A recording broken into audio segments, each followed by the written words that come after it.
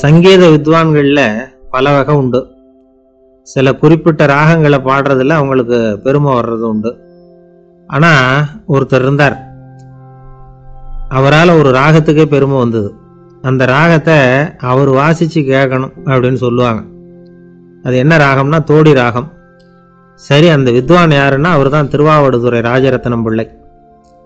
பேராசிரியர் கல்கி ஒரு சமயம் தம்முடைய பத்திரிகையில் எழுதினாராம். அதை அப்படியே படிக்கிறேன் கேளுங்களேன்.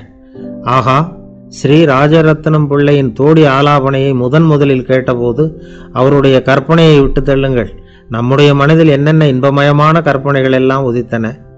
குழந்தை தாயிடம் கொஞ்சம் குரலை கேட்டோம், அன்னை குழந்தையிடம் கொஞ்சம் குரலை கேட்டோம், ரதியும் மன்மதனும் பேசிக்கொண்ட காதல் மொழிகளை கேட்டோம், முருகன் சிவபெருமான் செவிகுளிர மொழிந்த உபதேசத்தை கேட்டோம், கலைமகள் கவிஞனுக்கு அருளிய ஆசி மொழிகளை கேட்டோம், நாரத முனிவருடைய தம்பூரா சுருதியை கேட்டோம், ராவணன் தன் எலும்பை ஒடித்து வீணையாக செய்து வாசித்த கானத்தை கேட்டோம், கானப்பறவைகளின் கலகல ஒலியை கேட்டோம், கோலக்குயில்களின் குரல் இனிமையை கேட்டோம். இப்படிலாம் பேராசிரியர் கல்கி விமர்சனம் எழுதியிருக்கிறார். திருவாவடுதுறை ராஜரத்னம் பிள்ளை அவர்களுடைய வாசிப்பை கேட்டுட்டு டி.என். ராஜரத்னம் பிள்ளை இறந்து போனார். அப்போ கவிஞர் கண்ணதாசன் எழுதினார், செவியனில் ஓடி எங்கள் சிந்தையில் ஓடி இந்த புவியெல்லாம் ஓடி நின்பார் பொங்கிய தோடி வேறிங்கு எவரிடம் போகும் ஐய இனி அதை காப்பார் யாவர் அவிந்தனின் சடலத்தோடே அவிந்தது தோடிதானும் அப்படின்னு எழுதினாராம்.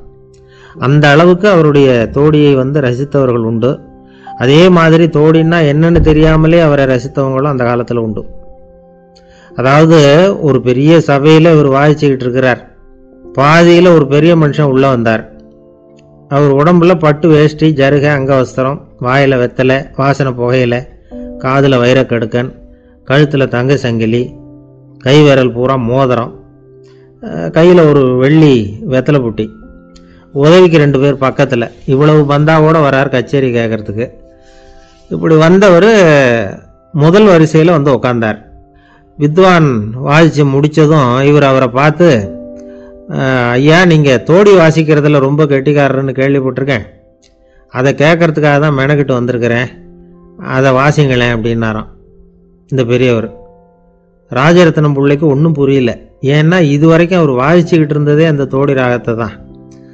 அதை வாசித்து முடித்ததும் அதை வாசிங்களேன்னு இவர் கேட்குறார். அப்படின்னா இவரோட ஞானம் எப்படிப்பட்டது? இவ்வளவும் கேட்டுட்டு இப்படி கேட்குறாரே அப்படின்னு அவர் யோசிச்சிருக்கிறார் ராஜரத்னம் பிள்ளை. உடனே என்ன பண்ணார் தெரியுமா?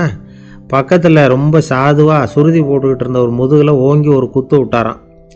அவருக்கு ஒன்றும் புரியல, எதுக்கு நம்மளை அடிக்கிறார் இவர், நம்மளை குத்துறாரு வித்வான்னு.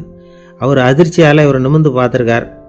அப்போ ராஜரத்னம் பிள்ளை சொன்னாராம், ஏய்யா, ஐயா பெரிய மனுஷன், என்னுடைய பரம ரசிகர், தோடி ராகம் கேட்கணுங்கிறதுக்காக இவ்வளவு தூரம் வந்திருக்கிறார், முதல் வரிசையில் உட்காந்துருக்கார். நீ இந்த சமயம் பார்த்து தோடி ராகம் வாசிக்கிற நாதஸ்வரத்தை வீட்டில் வச்சுட்டு வந்துட்டியே, இப்போ ஐயாவுக்காக அந்த ராகத்தை நான் எப்படி வாசிக்கிறது அப்படின்னு சொல்லிவிட்டு மறுபடியும் முதுகில் ஒரு அடி கொடுத்தாராம்.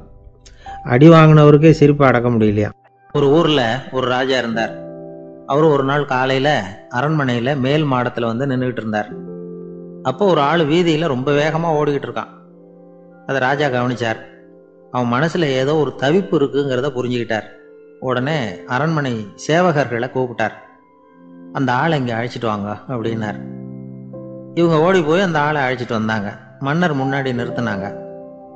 மன்னர் அவனை நிமிர்ந்து பார்த்தார். எதுக்காக இவ்வளவு வேகமாக ஓடிக்கிட்டு இருக்கிற அப்படின்னு கேட்டார். இதுக்கு அவன் சொன்னா, மன்னா, நம்ம கோட்டையின் வடக்கு வாசல் இருக்கு இல்லையா, அது ஓரமா ஒரு பெரிய பாறாங்கல் கிடக்கு. அதுக்கு அடியில் நான் ஒரே ஒரு வெள்ளி நாணயத்தை புதைச்சி வச்சிருக்கேன். அது இப்போ எனக்கு தேவைப்படுது. என்னுடைய மனைவிக்கு ஒரு பரிசு வாங்கி கொடுக்க வேண்டியிருக்கு. அதுக்காக தான் அவசரமாக ஓடிக்கிட்டு இருக்கிறேன் அப்படின்னா.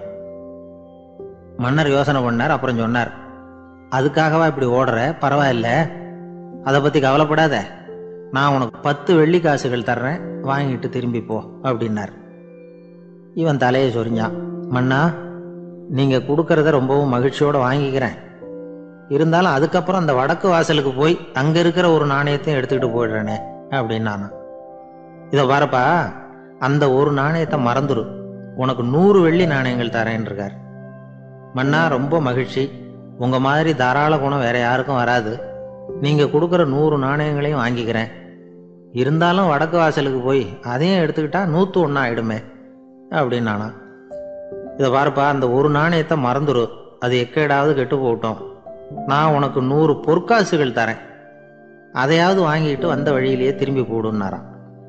தங்க நாணயங்களே தரேன்னு சொல்றீங்க, தாராளமாக வாங்கிக்கிறேன், இருந்தாலும் வடக்கு வாசலுக்கு போய் அப்படின்னு மறுபடியும் ஆரம்பிச்சான்.